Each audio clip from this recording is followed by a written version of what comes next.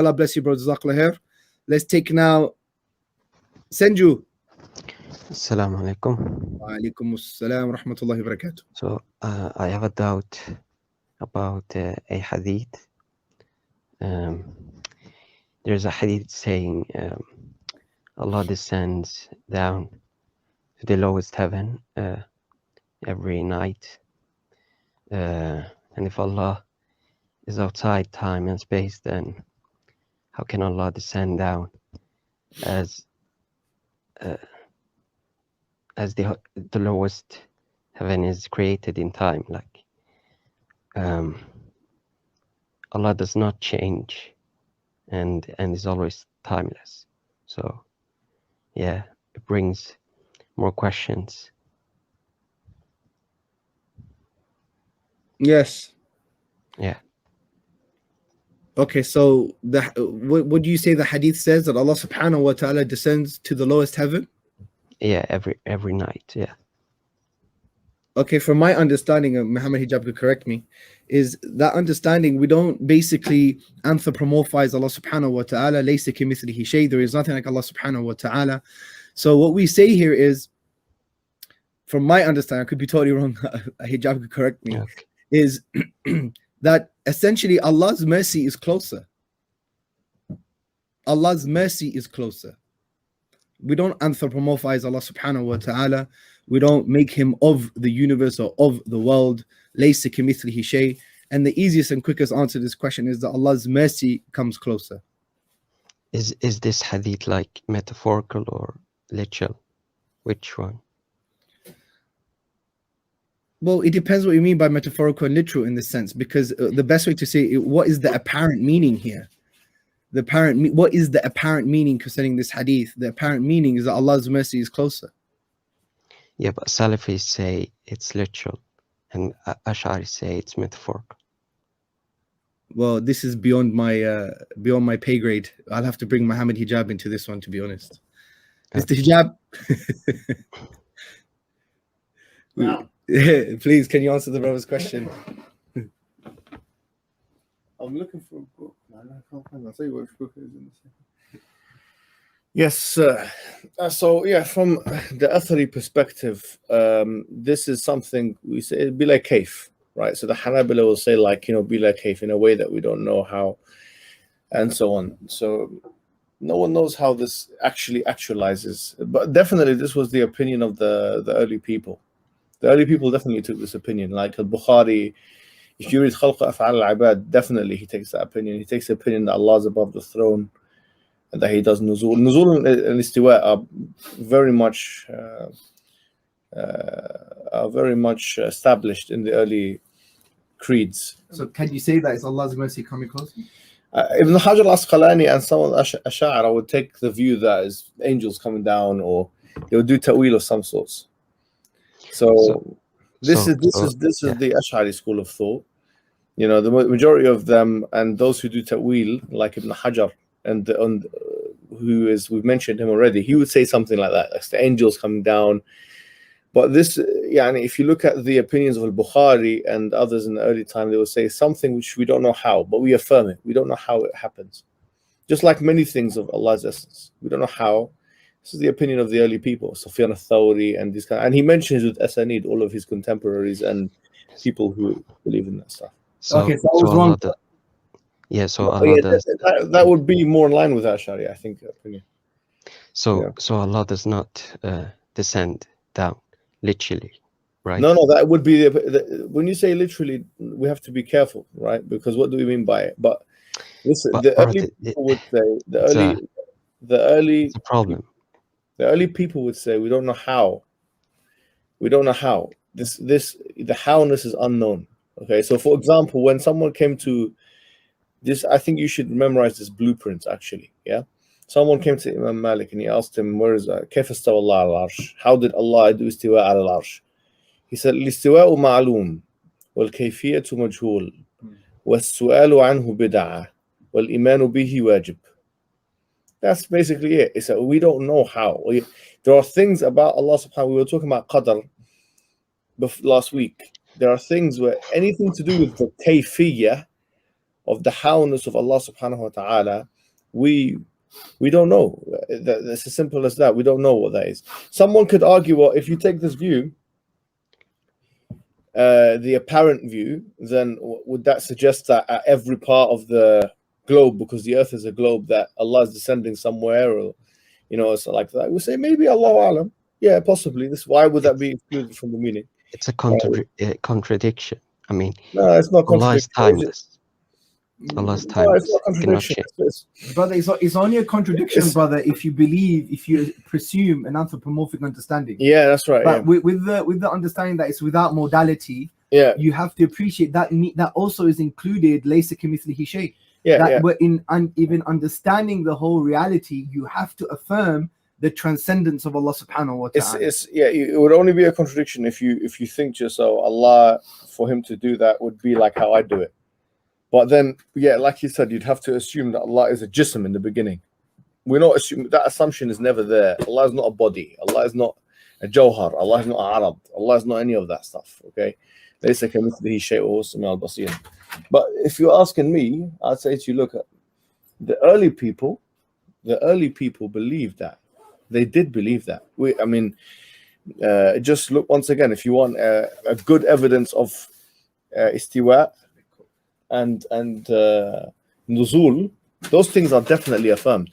Like the Hanabila, the early Hanabila, 1,000,000% affirmed. Like Harb al-Kinmani, Sabuni in the 5th century, the two Razis, like all of that is definitely. Just look at any of the primers, the early primers. They definitely all believed in that with Asanid.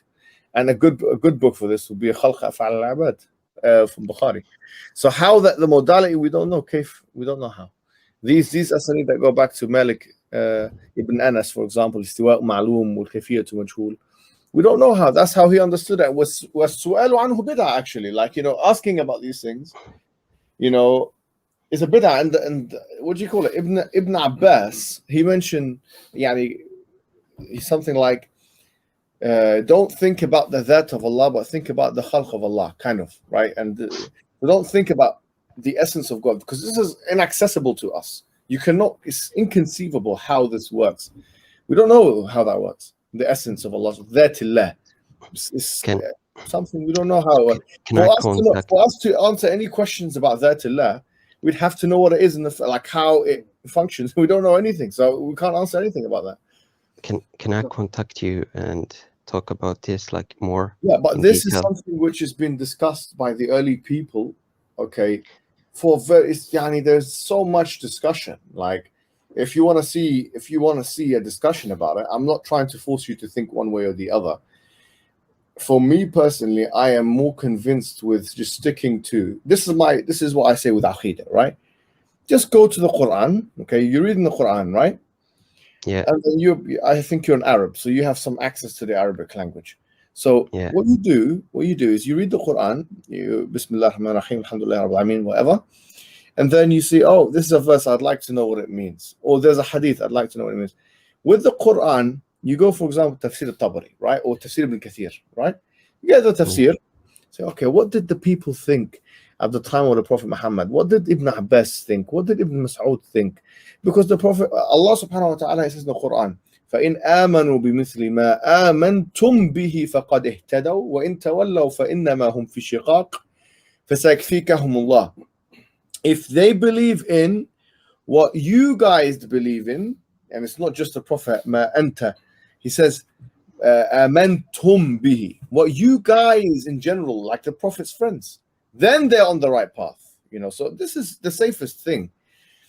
We don't require any philosophical lens or any. No, I want to know the best linguistic expert would be the primary recipient, which is the Sahaba of the Prophet Muhammad sallallahu alaihi wasallam. That's why Allah subhanahu wa ta'ala says, وَالسَّابِقُونَ الْأَوَّلُونَ مِنَ الْمُهَاجِرِينَ وَالْأَنصَارِ وَالَّذِينَ اتَّبَعُوهُم بِإِحْسَانٍ رَضِيَ اللَّهُ عَنْهُمْ وَرَضُوا عَنْهُ وَأَعَدَّ لَهُمْ جَنَّاتٍ تَجْرِي تَحْتَهَا الْأَنْهَارُ خَالِدِينَ فِيهَا أَبَدًا رَضِيَ اللَّهُ عَنْهُمْ وَرَضُوا عَنْهُ.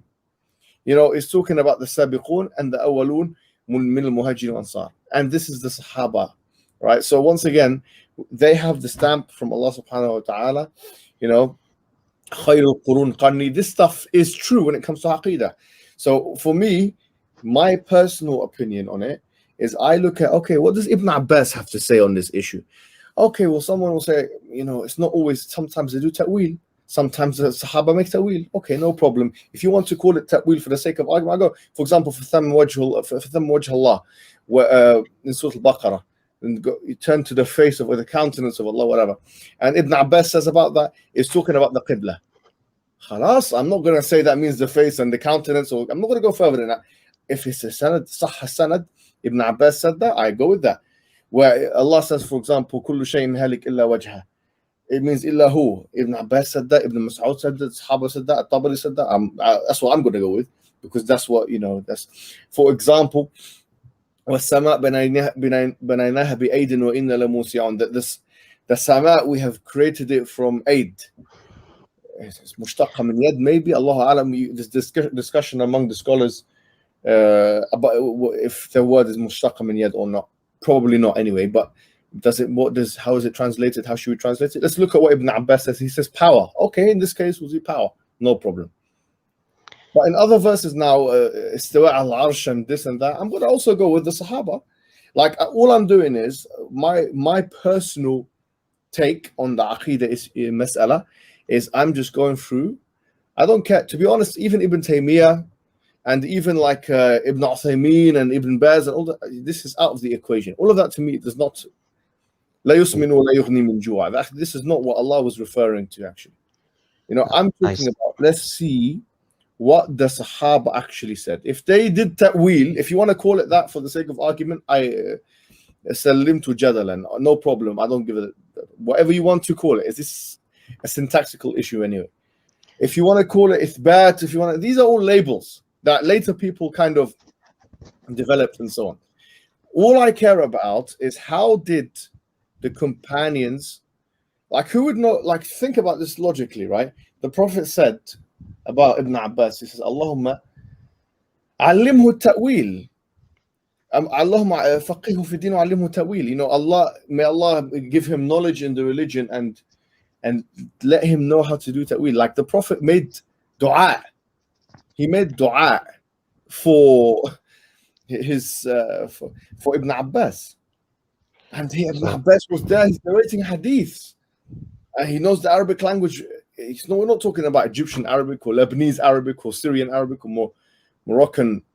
I'm not going to call that Arabic for the sake of argument. We'll call that, I don't know what that is, But whatever it is, I'm only joking for the people watching. But whatever it may be, I'm not talking. The truth of the matter is, he knows more. So I'm going to say, instead of going into this, is a matter where I don't need to. The best philosophical argument for me is following the Salaf, actually, in this case. So whatever Ibn Abbas has to say about it. Now the argument will be, is it tafweed or is it ithbat? These are all labels. In here, I still have doubts. I don't know. Look, what I'm saying is, you will not have doubts on issues that this is fawq itar is completely above and beyond the logical thing. No one can give you a satisfactory answer. There are some things in Islam that cannot be answered, and one of them is the howness, or the whole category of how does God do things, or how is God. Those two things, how, that's sorry to say, anyone who tries to give you an answer with how is doing you an injustice. Now is لا تدركه الأبصار وهو يدرك الأبصار. The Quran says that. Like the visions don't capture him, and he captures all the visions. So how can we talk about Allah subhanahu wa ta'ala in a way, we don't know, we don't know how to speak about his that. It's unbelievable. I'm talking about the hadith. I want you to address the hadith. I am addressing the hadith. I'm saying that look, I said to you, look, the best way, the template, because it's not just the hadith, my brother. It's all of these things, and there is a template. Okay, the template is the template of Imam Malik. When he says, al-istiwa'u ma'lum wal-kayfiyatu majhul. Al-kayfiyya majhul. The howness is unknown. Everybody's actually, the Ash'ari say that, the Maturidis say that, the Salafis say that, everyone says that. الكيفية مجهول. It's unknown. If you want me to know how Allah does something, anybody who tells you how Allah is or how He does something is a charlatan. That is my answer to you, my brother. You have to be happy knowing that there are some things about reality which you can never grasp. That's the reality. The howness when it relates to Allah in any capacity relating to His essence, that is unknowable. So these hadith, we just say, okay, well, I would say, I listened to something recently, some brother, he sent to me, mashallah, very good. Sheikh al-Ajayli, he was talking about this hadith actually. And it was a lecture in Arabic. I can't remember, Sirr Allah something. I can't remember what the entire lecture is called. And he said, this hadith, what the tragedy about these kinds of hadith are? That Allah, He never, when the Prophet Muhammad sallallahu he narrates hadith like that, it's not that He wants us to think about these masail. To be honest, He doesn't. And that's very clear because, like Imam Malik said, these are bid'ah masail. They actually are bid'ah. When you start thinking about how Allah is, and this is, a'udhu billah, you should, whenever you think about the howness of Allah, asta'idh billah. This is my advice. What he said is that what you should be really thinking about, this is a very good time for praying, khushu'ah, where you have this awe-inspiring that, you're worshipping Allah, you're making dua to Allah. That should be the extraction from the hadith. Not how does Allah do that and what's in this. And this is, to be honest, not something Allah is going to judge us on. And by the way, let me say something. What's your name, my friend? My name is Adam. Adam, listen, it's never a contradiction when we talk about we don't know how something is. Because how can it be a contradiction unless you know the whole thing? Like, for you to claim a contradiction here, right? Because you said this word. In the hadith, it says descend. In the Arabic word, it's but it says Allah descends. It doesn't say anyone descends. It says Allah yanzilu. But what I'm saying is that if you don't know how that, if you don't know the howness of Allah, how can it be a contradiction? But Allah cannot descend. He doesn't have the attribute of humans to descend. I'm telling you, look, brother, what that means, what descent means in the context of Allah, yes. Whatever descent means, just like istiwa, whatever those two terms mean, okay, relative to Allah is not what it means relative to human beings. I reject the premise on all counts that we're talking about the same thing. When we're saying descending of Allah, we don't know even what that word means in context of Allah subhanahu wa ta'ala. We don't know even that. When we say Allah yastawi al-arsh or Allah yanzilu ila sama, all of those things, we don't know what that means. We don't know what those words means in relation to Allah. And that's a contradiction to us.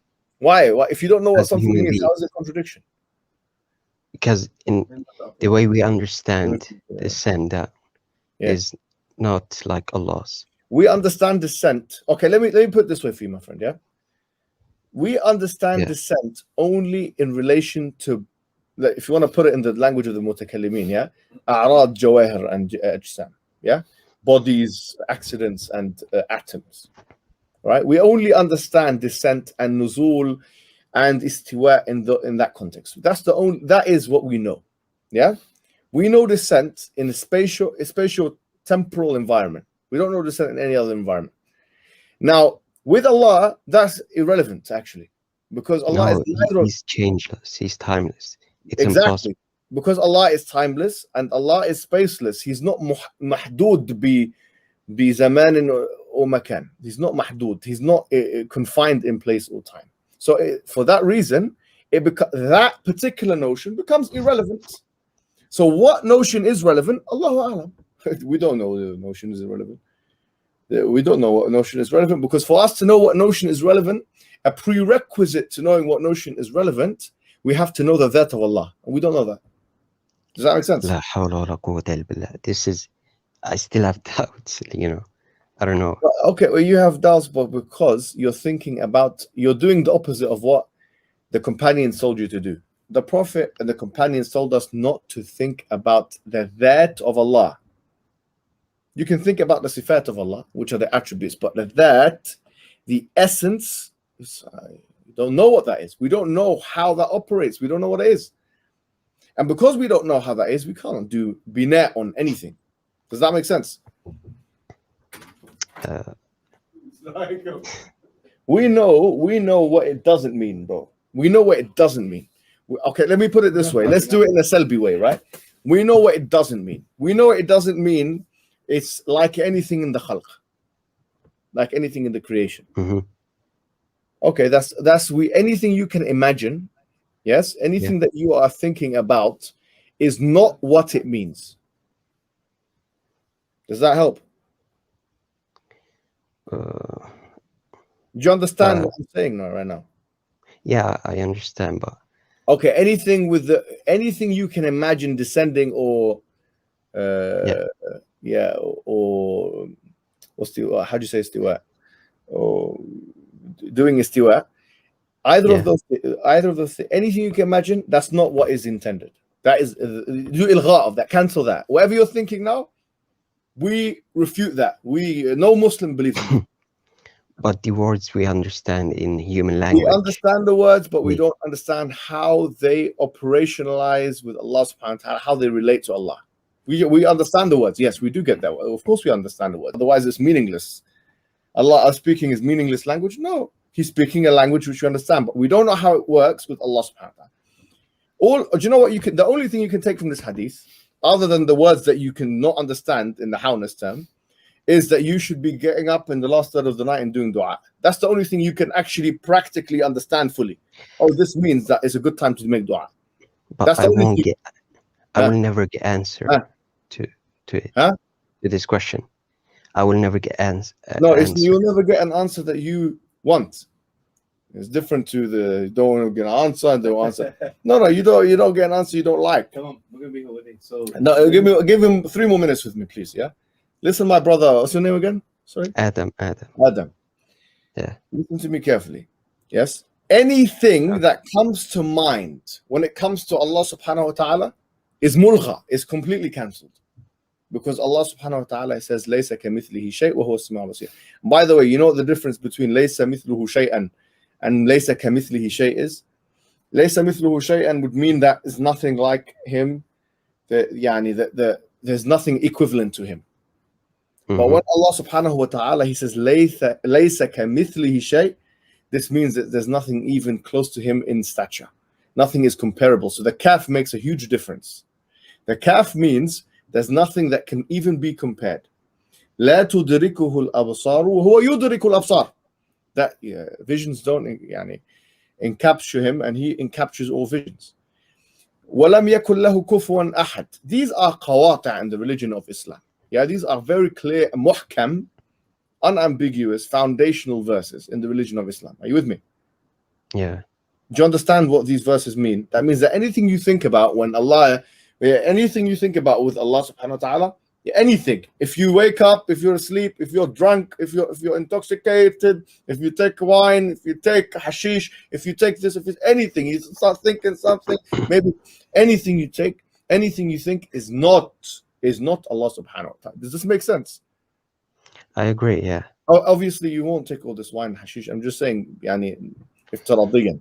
Do you believe that Allah exists without a place, or we agree with, yes, this is a big misconception. The Hanabila or the people of the Athar or whatever, they do agree with this point. Ibn Taymiyyah makes that very clear as well, by the way.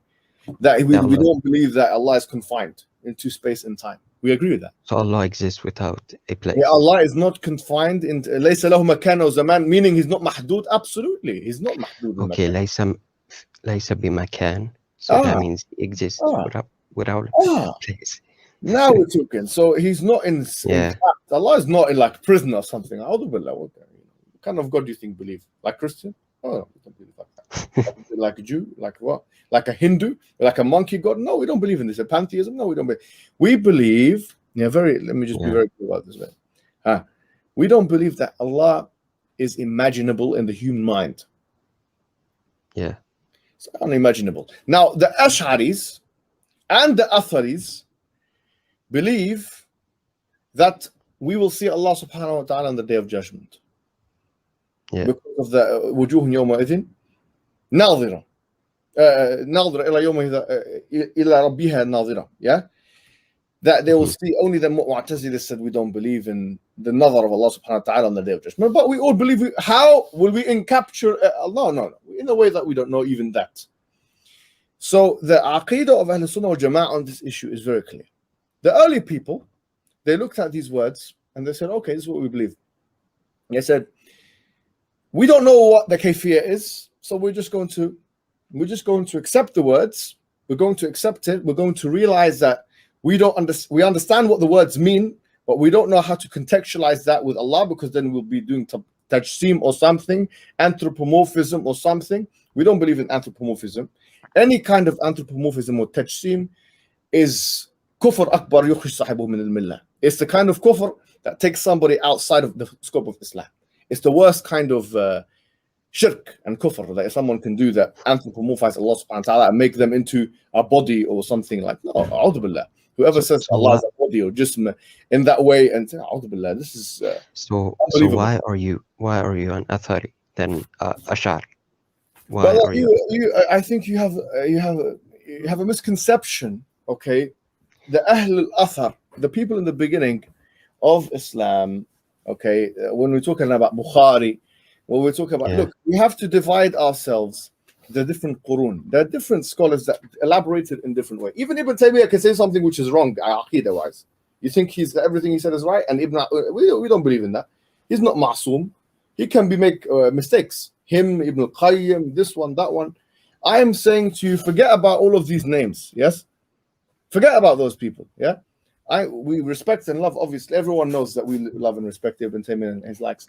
But with this mas'ala, it's as simple as this. You agree with me, yes or no, Adam, that the Quran, it says, فَإِنْ آمَنُوا بِمِثْلِ مَا آمَنْتُمْ بِهِ, it's referring to the Sahaba. Yeah, I agree. السابقون الأولون, it's referring to Sahaba. I agree. Yeah, and the Asanid are there for us, yes? Like Ibn Abbas, we know what he says on issues. Yes. Some Ash'aris will say, oh, well, look, he made ta'wil here, he made ta'wil here. Some Atharis will say, no, he made ithbat here. And these are all semantical points. I say, I don't care what you call it. I am just going to follow what Ibn Abbas says on this mas'ala. Anyone who said, like, if you want to know my opinion on any verse of the Quran, when it comes to Aqeedah, my opinion is the opinion of Ibn Abbas. And in fact, let me tell you, if we have the sanad, if it's not Ibn Abbas, it's going to be Ibn Mas'ud or whoever. If we don't have the sanad, then we look at other opinions of other Sahaba, etc.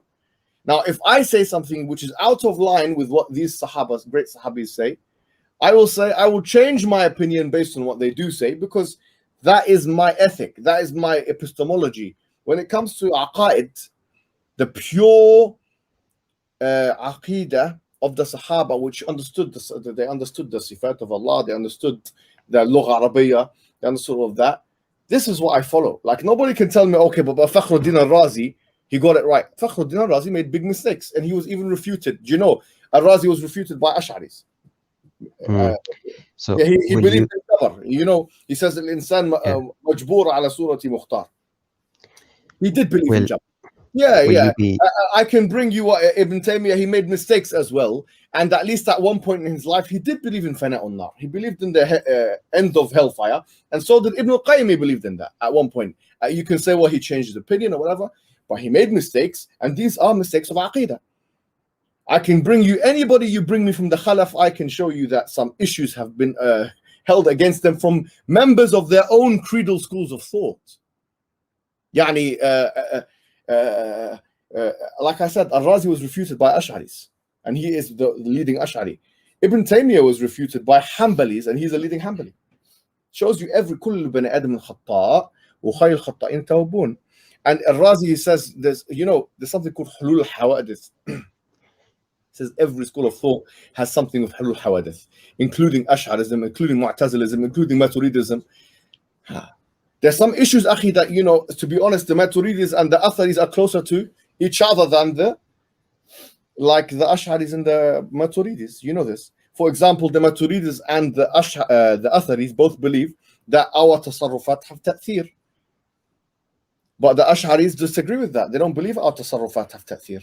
So this is an issue where actually Ibn Taymiyyah agrees with the Maturidis more on an issue than the Ash'aris agree with the Maturidis. Same thing with Takween, Sifat al-Takween. Actually, the Atharis and the Maturidis are united on this issue, at least to some extent, more so than the Ash'aris and the Maturidis are. So, brother, this whole thing about, Ash'aris and Ahl Sunnah, and this is a game. What I'm saying is that this is a semantic, most of it is semantical issue. Most of it is kalam kathir. A lot of it is philosophizing. A lot of it is idkhal falsafa in the Aqeedah of Islam. A lot of it is this, and a lot of it is that. Bro, what I'm saying is so simple. Nobody can go wrong. I'm not saying go to Abdul Wahhab book, Usul al-Thalatha, Qawa'id al-Arba'a, and Kashf al-Shubuhat. Those books are not required for anyone's guidance. And I'll tell you that with all due respect, those books are in fact not required for anybody's guidance. The Usul al-Thalatha, yeah? The Usul al-Thalatha, if I bring you I'll bring you one hadith of the Rasulullah sallallahu alaihi wasallam, one hadith, which is where the angels, when they ask him, Man Rabbuka wa ma dinuka, whatever. If I put that in a pamphlet, it will be better than 1,000 Usul al-Thalatha books of Abdul Wahhab, because it's the kalam of the Prophet Muhammad sallallahu alaihi wasallam. If I author a book today and I just put that hadith in it with some note in the bottom, it will be better than 1,000 Usul al-Thalatha books, because it has the comprehensive how the Prophet dealt with the three questions. Who's better at understanding this question, Abdul Wahhab or the Prophet Muhammad?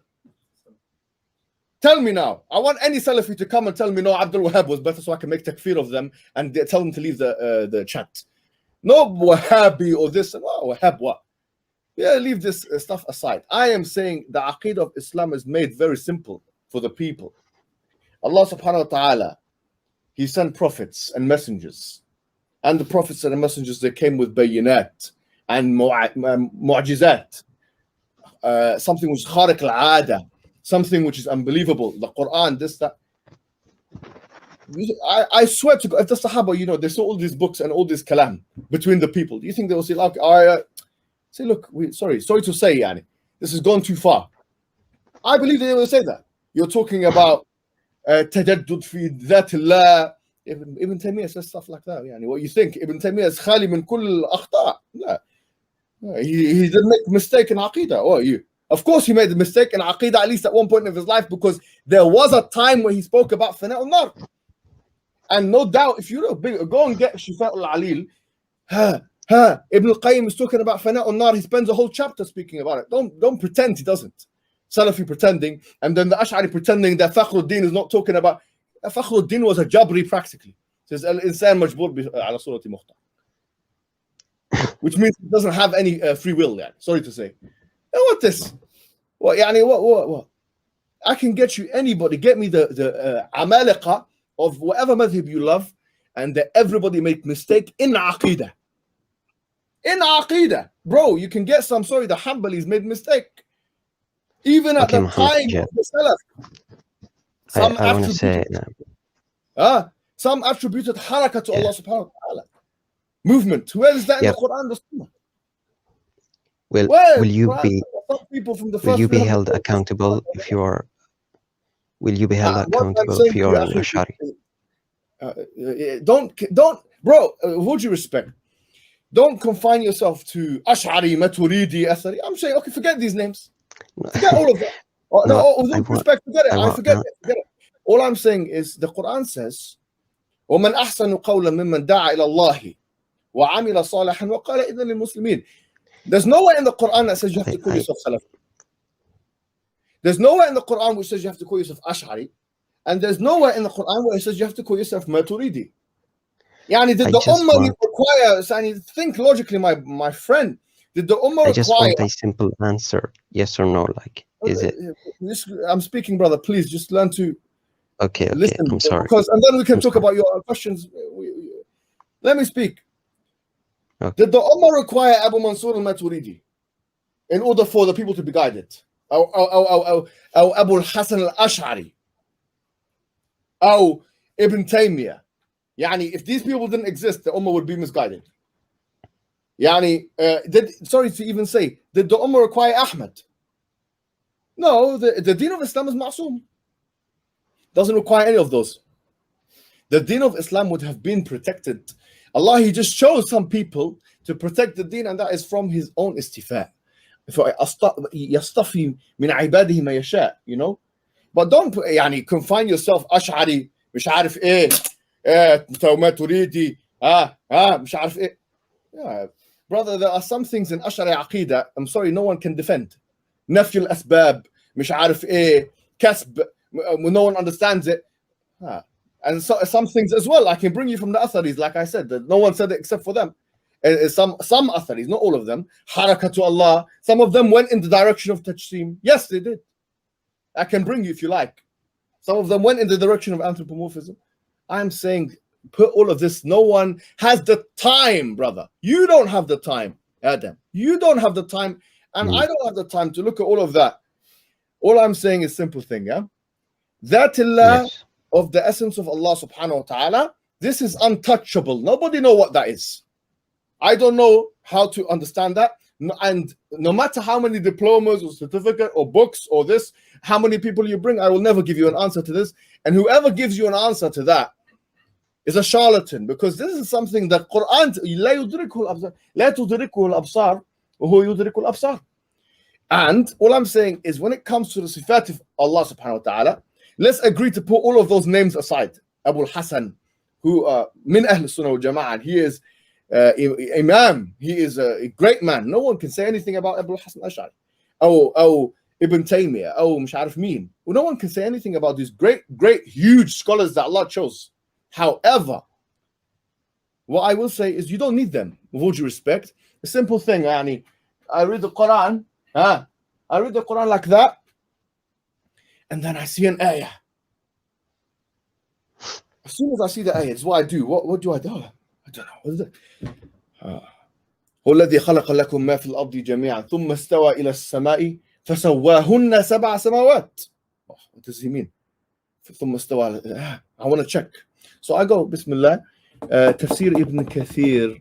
Let's see what he says. Ibn Kathir says, مش عارف إيه. Oh, very good. What does Ibn Abbas have to say about that? This is my opinion. خلاص. Simple as that. I don't understand fully how you'll never get. You'll never understand the how. Whether you're Ash'ari or Maturidi or Athari, whatever you are, you'll never understand how. Bismillah. I agree with Ibn Abbas. We move on. So I have a doubt. Doubt. Now you're playing, because now Shaitan, you're sitting there. Shaitan is blocked, but you're having the effect.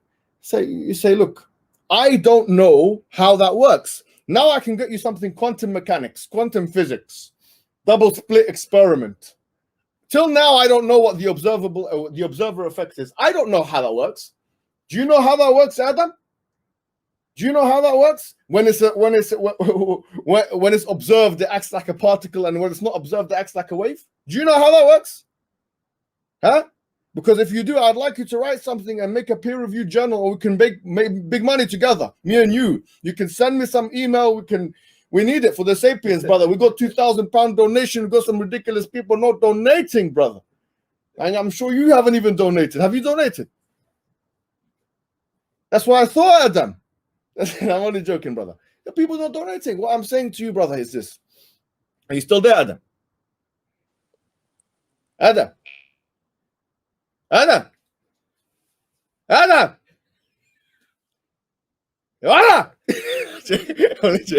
Adam. Anyway, Adam, you listen, yeah? Please, you listen. I am saying, if we knew what the observer effect was, you send me that information and we can make money, brother. We can make some money for this Sapience, brother. You know, some people working for free and this and that and this. Some people, I know, we've got £2,000 donation. I don't know how many days. But if we don't even know how the particles and the waves work, what takabbur, what arrogance of the human being to think, he's happy not knowing that information. I'm actually happy. I'm, a little bit, I wish I did know a little bit, but I don't really. Do you lose any sleep over that? I don't lose any sleep over that, to be honest with you. There's other things in the dunya which makes me lose sleep, but not that one, I have to be honest. I haven't thought about that for a long time. We don't know how the wave and the particle and this and that, we don't know how we don't know how that thing works together. So if we don't know that, we're going to start talking about Dhatillah. How does Allah ascend, and how does Allah do istiwa? And A'udhu billah. The way of the people, the predecessors, the pious predecessors, is to say, Allahu A'lam. Kayfiyatu majhul. We don't know how that happens. We don't go into like, yani, it means like this. And to be honest, I'm gonna point. No, I'm not just having a go at some. I'll have a go at everybody. Some Salafis, they make the wrong things. Allah has a hand and He has fingers and He has, and the brother, and they're speaking 1, 2, 3, 4, 5, and all the things he's saying. Okay, he's getting it from the Salaf in a sense, but the way he's putting it together and he's adding it all together, and he has a shin and he has a foot. Khalas, he's put the whole picture of the man in the head of the person. You go and tell your kids that. Go and tell a 5-year-old Allah has a shin. Yani in that sentence, this is the most dumb pedagogy I've ever seen in my life. You sit with a 5-year-old kid. I appreciate. I come from a Hanbali background, Athari, but I come from that. But you sit with a kid, yeah, a 5-year-old. You say, if he asks you, does Allah have a hand? And you say yes. Do you know what he's going to think? Allah has that. Sorry, I don't care what you think. He thinks. He thinks that. He thinks, and then you say Allah has a hand, and Allah has fingers, and Allah has a face, and Allah has foot. And you're putting it all, lining it up, and then you say Allah's not a man. A'udhu billah. This kid is confused, bro. This kid is confused. And sorry, some of the examples are poor examples of the dumb, some, sorry to say, yani not thinking straight Salafis. And I have to say it coming from the Athari background. Say, oh, what is the foot of Allah? They say, oh, you know, the foot of the elephant. They say, look, the foot of the elephant is different to the foot of the ant. And they think that, oh, Bismillah, yes, this guy is very clever. They say the door handle is the door handle is better than the clock hand. You think that's a clever idea, bro? That's wallah, his hold is going way further than what the Salaf went for, sorry to say. Who said that from the Salaf? What you're saying? This hold. You're telling me don't do philosophy. This is philosophy and it's bad philosophy. Because they say that, look what they say. They say, oh, the elephant has a foot. And the ant has a foot. And I don't know what else has a foot, yeah? You're establishing a continuity. Because in all those cases, it's al asfal, it's on the bottom. So what you're doing is you think you're establishing, because you're dumb, you think you're establishing a discontinuity, which in one sense you are, but you're actually establishing asfaliyah. Is that they're describing the harness and everything? Yeah, you actually now you're khalas, it's taqrib al-ma'na ba'ah, and you're gonna the guy's thinking you have the audacity. I don't care who said it. I know some ulama said that. They're wrong to have said that because the Salaf did not say this stuff. Yeah, and Allah and the Messenger did not say this kalam. The ant and and the elephant. You think you're a philosopher, bro. That's why if you did study a bit of philosophy, your kid wouldn't think Allah's a man until the age of 10. And I have to be honest, bro. I used to work in certain communities, Bengali communities, Somali communities, this and that. And of course, their parents, a lot of them are Athari and Salafi. And we all, no problem. Bismillah. Of course, I come from that background as well. But then you ask the kid, Wallahi, ask Allah have a hand, fingers. And they think that is, a lot of them actually do believe in tajsimi things. Uqsum billah, they do a lot of, you ask your own youth, what do you think? Because you emphasize too much this ithbat and you de-emphasize what? Laysa kamithlihi shay, you de-emphasize it. So khalas, the guy thinks, or your kid thinks at the age of 5, 6, 7, that Allah is a human being, brother. That's what they think, just like Jesus. And you go and attack the Jews and the Christians. We have to sometimes clean up the own home, yani. We always attack the Christians, Jews and Hindu. We laugh at the monkey God and we laugh at Jesus and we laugh at that believe that Jesus is God and whatever. But we have to clean up the house as well, bro. You can come from an Athari background, but start having pedagogical maturity. So when a kid is 7 years old, 8 years old, I'm not going to tell him that, 6 years old, Allah has a hand and a face, because there's only one way that these kids understand that. Sorry to say. They only understand it tajsiman. I can tell you that the PJ experiment. Have you ever heard of the PJ experiment? Yeah. Piaget, you know, everybody knows psychology of education, bro. You know, it's Piaget experiment. I'm doing this as not just to drink the water, but to show you. They got like a cup like that, yeah?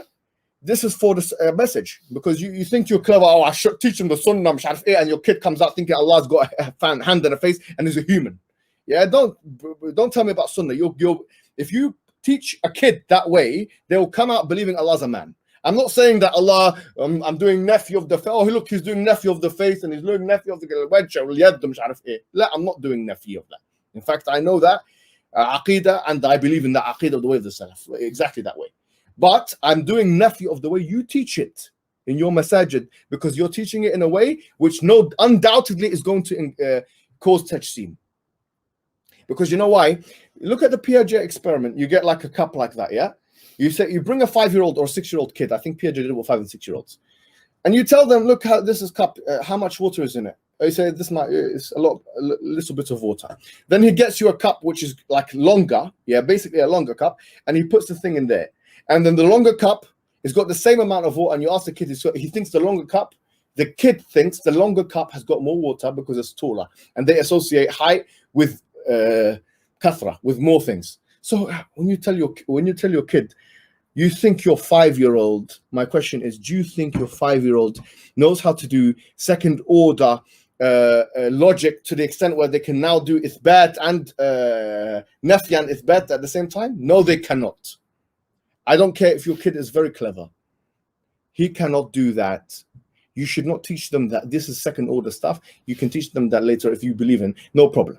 You have to teach, oh, no problem. You teach that later when they get to the age of 13, 12, 13, year 7, year 8. Let me teach you about how to teach, because this is a problem. You ignoramuses, yes? I will teach them the sunnah. I will teach, and you have takabbur, big beard, teach them the sunnah. What you mean is you teach them arrogance and tajseem. That's what you mean, actually. Is it what you mean? You teach them the sunnah is, I teach them the sunnah, and then bring a 5-year-old, teach him bad like the madkhalis. I saw many of them that they couldn't even recite Fatiha properly, like their head in this country, Abu Khadija. And then what? And then you recite the Quran, Sharif, you can't recite it. Let's come and talk to the 5-year-olds after you've taught them Fatiha wrong.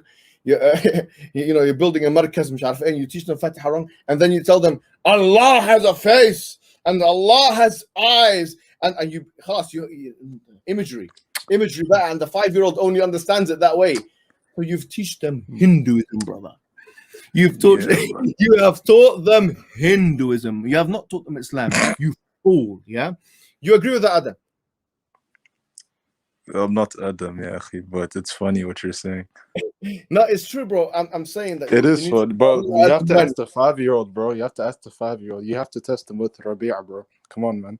No, bro, look, I'm playing. I'm kidding. We've got a nice video of SP Fast tomorrow coming, but that's something else. You've got to make sure you watch that, the brother. But what I'm saying, brother, the way of the Salaf is not what these people have made it. Many of them, ulama, have made it wrong because they have not studied Kalam. One of the ulama, I'm not going to mention, big Salafi alim, big one. I'm not going to mention his name. I'm very tempted to do so, but it's not. He's one of the big heads now. He says, I was reading 100 pages from Dar al-Ta'al bil Aql wal Naql of Ibn Taymiyyah, and I didn't understand a word.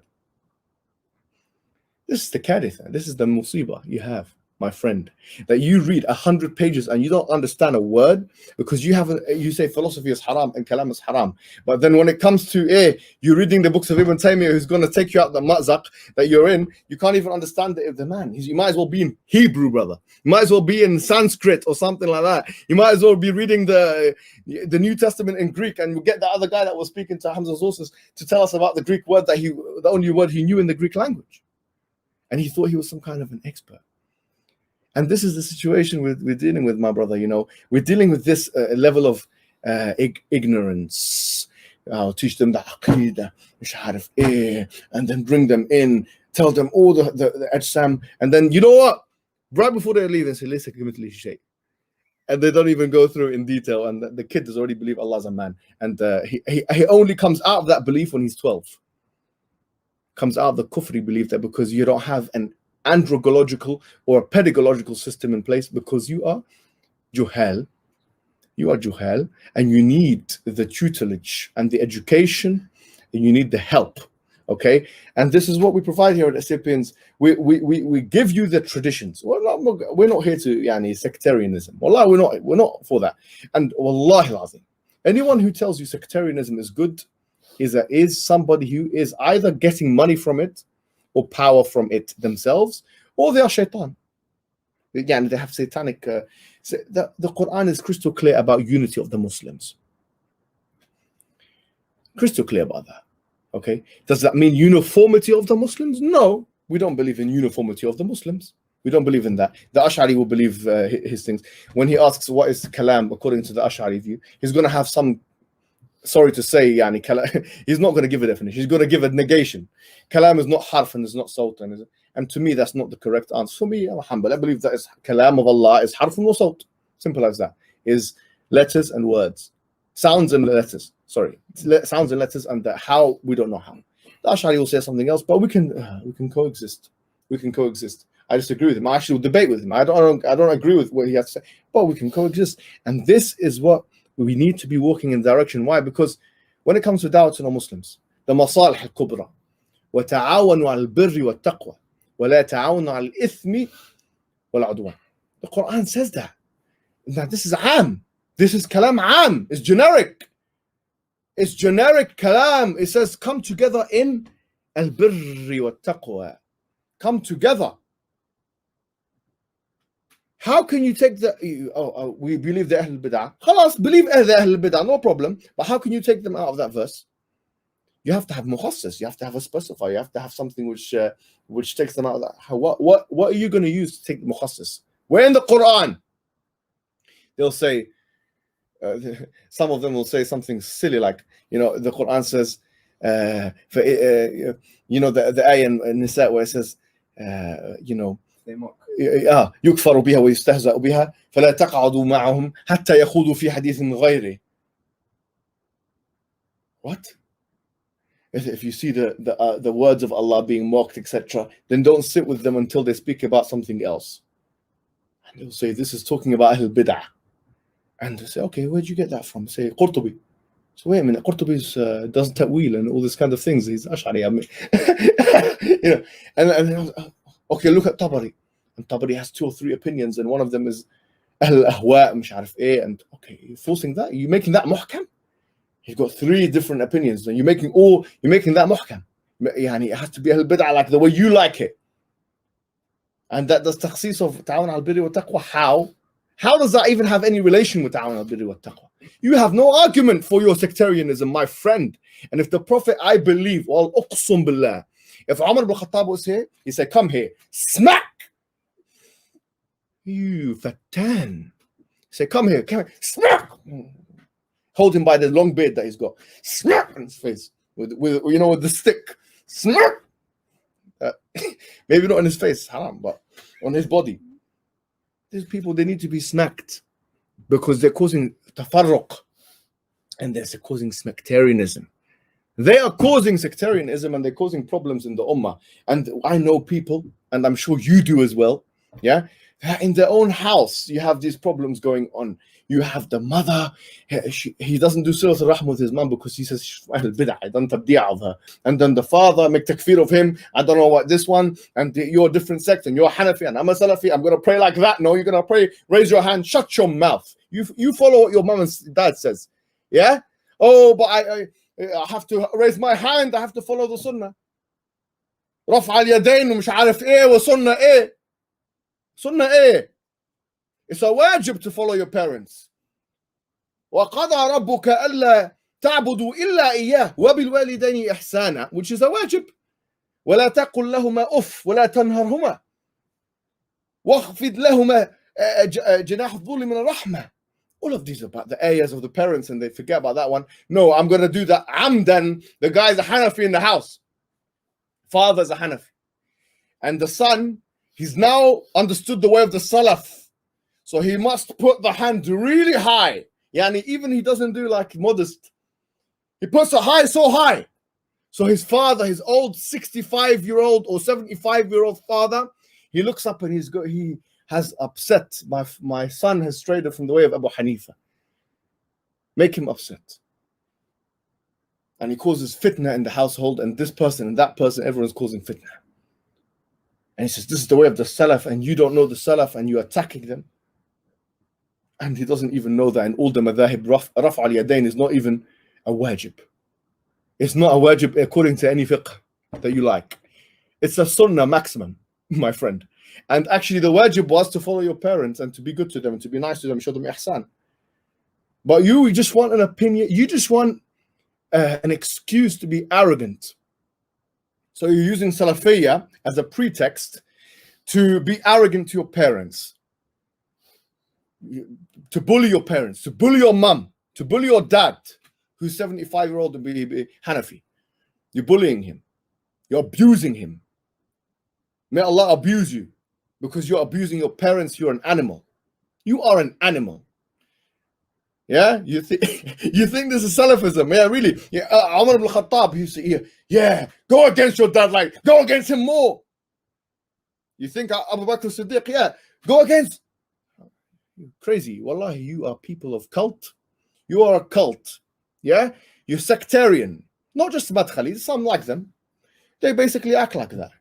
No, the hadith according to whom? According to you. I'll get a book of, I got the book of Albani, Sifat Salat al-Nabi. And now, if my dad goes against this book, I'm going to attack my dad. He's making taqleed of Albani. Taqleed, a'ma, blind. And he thinks, because Albani, he's writing some of his hadiths that he believes in, that this is the wahi now. Albani's Sifat Salat al-Nabi book. This is not by the book, but yani, he believes khalas, the wahi now. And the Hanafi, has a school of thought established for, I don't know, 1,200 years, who also is following a book, Qaduri, I don't know what the Hanafi method is, whatever they follow, sorry to say. Yani, they follow that book and they don't want to put their hand, they don't say Ameen, they put their feet to a certain way, whatever. Leave them alone. No, put your feet here. It's against. Shut your mouth, man. Shut your mouth, you muqallid, jahil, murakkib, animal, sectarian freak. You shut your mouth. You shut your mouth. It's honestly, it's my food. Yeah. Okay. No. So let me just wrap it up. Let me just wrap it up for the people, because what I'm saying is we need to understand fiqh al-awlawiyat, the fiqh of prioritization.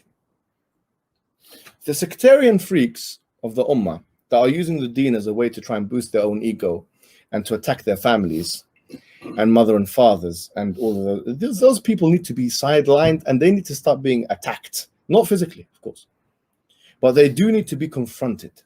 Say, look, with all due respect, you following Sifat Salat al-Nabi of Albani. Oh, okay, very good. Yes, he's got hadith next to everything. Okay, good. Ibn Qudamah has got a huge book called Al-Mughni, and it has way more hadith than that. And if I want to find hadith, fiqh and hadith, I can go to that. I can go to another book. Why are you forcing me to believe in that? Fiqh tarjih kalam. Oh, tarjih. You want to force your opinion on me? No, I'm not going to force. People are free now, man. Leave people alone. Leave people alone, yeah? And that's the situation. We need to clean up our own house.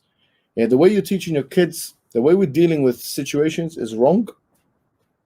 We need to humble ourselves, and we need to bringing people together. And I know that burns and it boils the blood of the sectarians. Yes, bring them together, like you do in Hajj. Or do you want to have you want to go to Hajj, you and your friend, this person and that person, the bid'ah police, and you want to come and say, no, sorry brother, what's your Aqeedah? Oh yes, you're Ash'ari. Sorry, you go to this place, we need to separate ourselves and go to that. They say we don't believe in unity, we only believe in unity on principles, on the true principle. What are you talking about, you jahil? You unite in Hajj. It's a physical uniting. The word unity, it means nothing when it's not maqroon bi context with bisiyaq. It has no meaning. If you say we believe in unity in the context of Hajj, if you don't believe in unity, you believe in tafarruq, you believe in disunity, you believe in division. If you don't believe in unity in Hajj context, that means you believe that people should be separated based on their creeds. We don't even separate the Shia from the Sunnah there. And you want to separate intra-Sunni distinctions and so on? So no, they will say, no, we don't believe in that. So, okay, so you believe in a kind of unity then. You do believe in a kind of unity because everyone's coming, everyone's doing tawaf, everyone's participating together in ibadah, everyone is in the same place. And you're not vetting it according to Aqeedah. No, we say, yeah, but we're not uniting on the same belief. No one advocated that anyone should be uniting on the same belief. You ignoramuses. You are ignorant. No one said we should be uniting on the same beliefs. Okay, you go to a masjid. You're going to kick somebody out. Well, some of them do that, unfortunately, now. They've gone that far. But okay, you're not going to kick somebody out. You unite behind the imam. What the imam now is Hanafi. I'm not going to unite upon. Shut your mouth. You unite in Jum'ah, in Jama'ah, in Hajj, in Jihad. In Jihad, what? Ibn Qudama, he was what? He actually wrote a kitab called Kitab al-Ulu, about the highness of Allah and so on. And he was fighting with Salahuddin al-Ayyubi, who was an Ash'ari. Well, he didn't say, well, actually, I have to be the leader here. He didn't say that. So this is a kind of unity. So what is left? You might say, well, I don't want my daughter to marry someone, well, actually, according to the Hanafi school, you might not even have a say in the matter. I'm sorry to say. But even let's say you do have a say. Let's say you do have a say. And let's say, maybe, I don't know, I'm not a Hanafi expert, ask your mufti. But you might not have a say in the matter. She might go and do it, and because of your hard-headedness, she might go and do it because, quite frankly, and there's hypocrisy there as well. You know, it is okay. Shart sih kamal for the wali, not shart sihha. So you can have a wali, you can have an agreement, you can have a marriage without the wali being there. Don't try and be Salafis all of a sudden. Sorry to say, Yani. Also, what? Now you're a Salafi, huh? Now you're a Salafi. I say, no, I had the wali and مش عارف ايه. لا, it goes both ways. It goes both ways. You divorced a woman 3 times and he says, Tariq. Hanafi does that. And he goes and says, and all of the Hanafi mashayikh in the whole of the world will say to him, it's 3 divorces. I'm sorry, she has to go marry another man. So he says, you know what? I think I'll follow the way of Ibn Taymiyyah. What happened, brother? What happened? Ibn Taymiyyah went against even the Hanabila in this mas'ala. You go to the Ibn Taymiyyah now. You go now to Ibn Taymiyyah. Why? Yeah, I thought you were a Hanafi staunch and against Ibn Taymiyyah.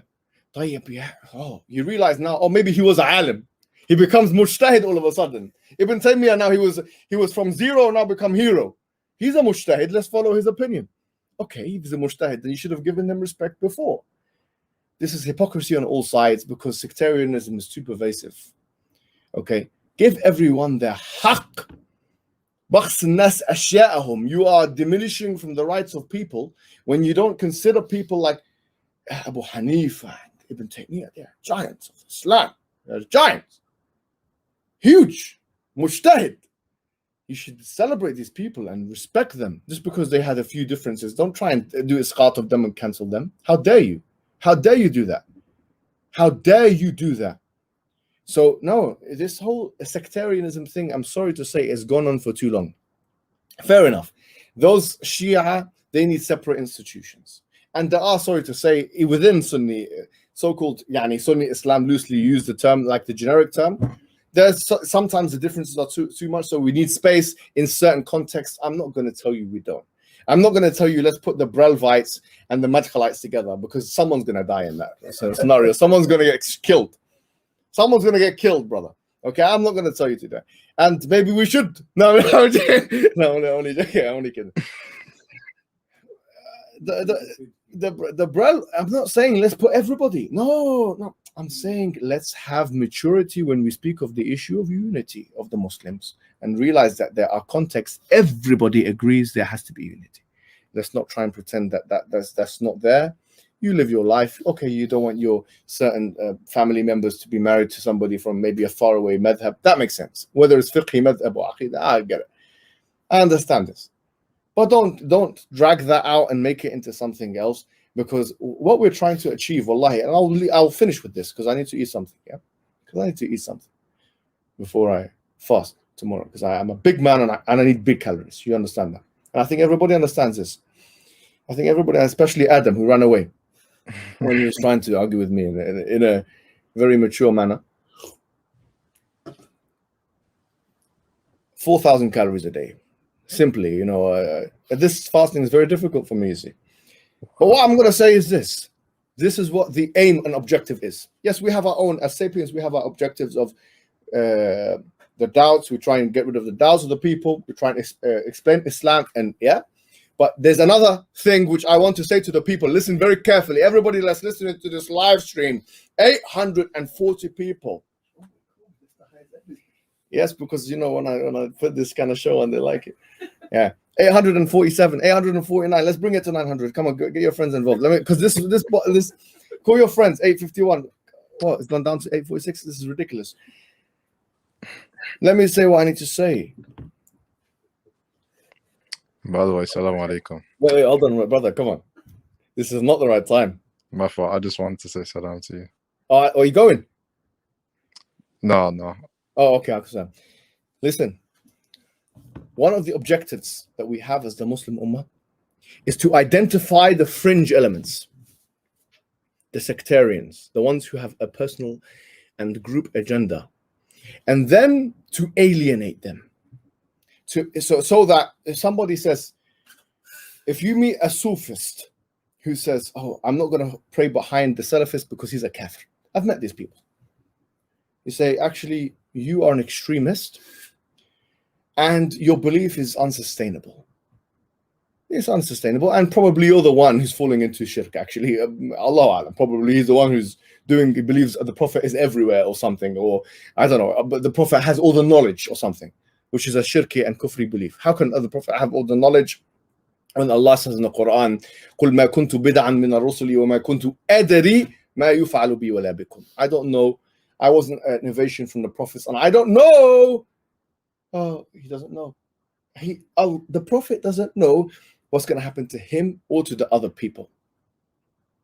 You know what I'm trying to say? So he doesn't know certain things. They ask you about this hour. When will it be pegged? You don't know when will it be. So you want to try to delete those verses of the Quran? No, bro. The Prophet doesn't know everything, my friend. So those people that are making takfir of the Salafists and they're extreme. And then you have the other extremes from the Salafists that make takfir of everybody else. Like one of them said, actually famous alim, he said, nobody knew what La ilaha illallah was except for me. All of my teachers, I'm not going to mention who it is. If you know who it is, you can research this in Arabic. Yeah, you'll see in their tracts. Nobody knew what La ilaha illallah is except for me. None of my teachers. What kind of kalam is that? That's from the Salafi side. So we alienate those opinions. We say this is the opinion of the fringe opinions. We alienate. We see someone with that opinion. We identify them as a threat to unity, to security. Sorry, yes. This can be a threat to security. Because now that you've made takfir of me, what's next? Mufti Menk was shot at in, I don't know, Zimbabwe. You know, shot. They wanted to kill him. Some of those extremists from the Sufist side. And then some extremists from the Salafist side. And by the way, the Sufis don't actually do that. Like, they're not known for this. Let's be honest. So we don't even need to speak about the ones who are the extremists from the other side, because the whole world knows who they are now.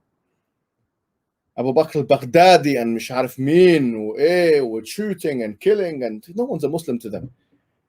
One time when I was younger, I can never forget this. There was a guy from Jabhat al-Nusra, which is like another takfirist group, which is quite similar to ISIS.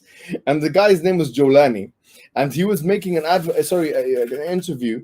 He was doing an interview with Al Jazeera, and it's still online. You can find it for the Arabic listeners.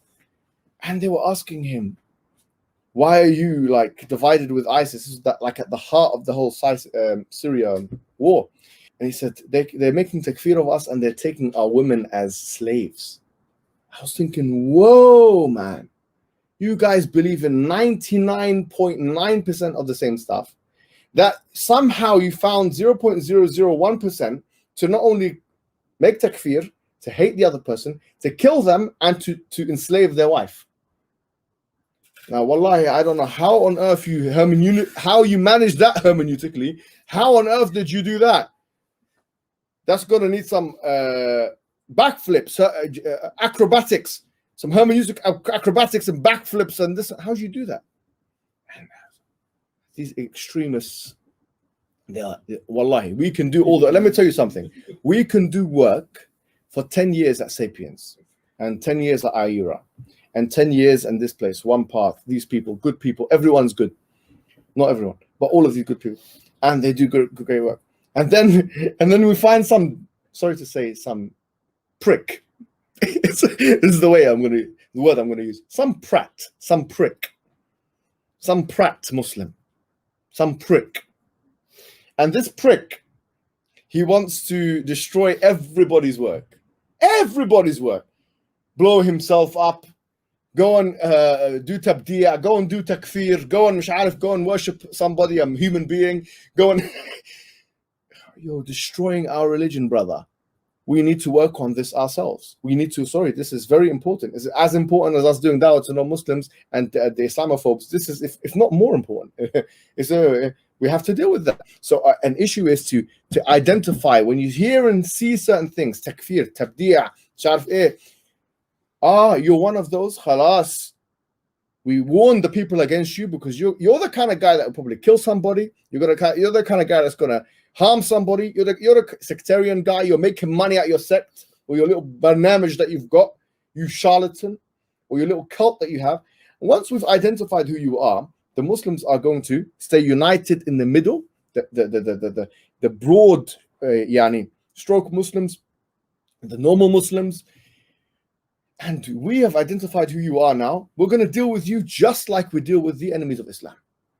Just like them, we have to, because if we don't do it, then they're going to think we are the same. The disbelievers are going to think you freak and me are the same. We're not. And if I have a record of 10 years of going against you freaks, yes, if I have a record of that, then I will say to the people, we've been working on this for 10 years. We've been dealing with the freaks, the pricks we have been dealing with. And the prats. And that's what I have to say to the people, man. Yeah? I'm going to eat my curry now. Assalamu alaikum. You've got an audience, Assalamu alaikum.